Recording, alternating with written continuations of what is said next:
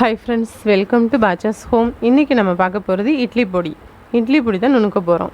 இட்லி பொடிக்கு எப்பயுமே நான் பொடி நுணுக்குனா மட்டும் அது சிகப்பாக வர மாட்டேங்குது. அது என்ன காரணம்னே தெரியல. ஆனால் இட்லி பொடி சிகப்பாக இருந்தால் எனக்கு ரொம்ப பிடிக்கும். இதையும் எங்கள் அம்மா செஞ்சாங்கன்னா அது நல்லா சிகப்பாக வரும். ஆனாலும் நான் செஞ்சேன்னா பொடி அவ்வளோ ஒன்றும் மோசமாக இருக்காது, ருசியாக தான் இருக்கும். கொஞ்சம் நாள்லே பசங்க டப்பாவை காலி பண்ணி வச்சுருவானுங்க. கடலைப்பருப்பு எல்லாமே எண்ணெய் போட்டே வறுத்து எடுத்துக்குவேன். இதில் கருப்பு உளுந்து, நான் கருப்பு உளுந்து தான் எடுப்பேன். அதுதான் ரொம்ப சத்துன்னு சொல்கிறாங்க. அதனால் கருப்பு உளுந்தே எடுத்துக்குங்க. நல்லா கருப்பு உளுந்தை வறுத்தா மட்டும் அதோட மனம் ஏன் தான் இப்படி ஊரே கூட்டுதுன்னு தெரியலை. மனமும் அப்படி தான் இருக்கும், ருசியும் அப்படி தான் இருக்கும் பார்க்க. அதையும் நல்லா பொன்னிறமாக வறுத்து போட்டுக்கலாம். கொஞ்சம் செவந்து வந்தோடனே நம்ம அதை எடுத்து போட்டுடலாம். இதில் நம்ம பொடிங்களில் இன்னும் நிறையா சேர்ப்பாங்க. அதாவது கடலைப்பருப்பு, நமக்கு அரிசி, அதுக்கப்புறம் உளுந்து, அப்புறம் மிளகு, ஜீரகம், முழு மல்லி போடுவாங்களா என்னங்கிறத கமெண்ட்டில் சொல்லுங்கள். நான் இன்றைக்கி முழு மல்லி சேர்த்துருக்கேன். ஏன்னா முழு மல்லியில் கொஞ்சம் வாசமாக இருக்கும். முழு மல்லி சேர்த்தோம்னா டேஸ்ட்டும் நல்லாயிருக்கும்.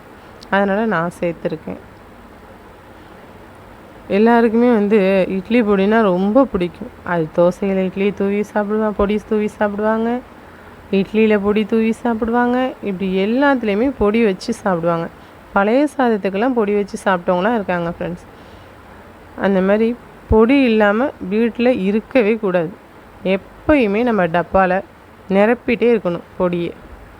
இன்றைக்கி இப்போ அரிசியை நான் பொன்னிறமாக வறுத்து எடுத்துக்கிட்டேன். இதுக்கப்புறம் பட்டை மிளகாவும் வறுத்துட்டேன். நான் செஞ்சது கரெக்டாக இருக்கான்னு சொல்லுங்கள். நம்மளோட பொடியும் வாசமாக நல்லாவும் டேஸ்ட்டாகவும் இருந்துச்சு.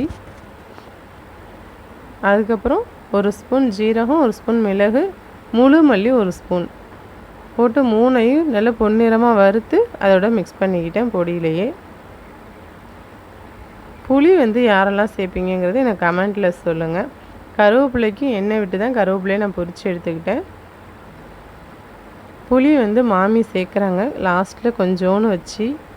நான் புளியை வதக்கி தான் வச்சுருக்கேன். இதோ நம்மளோட பொடி, இட்லி பொடி ரெடியாக இருக்குது. இனி மிக்சியில் போட்டு அரைச்சி எடுத்துகிட்டு வர வேண்டியதான். அதுக்கு தேவையான அளவு உப்பையும் சேர்த்துக்க வேண்டியதான்.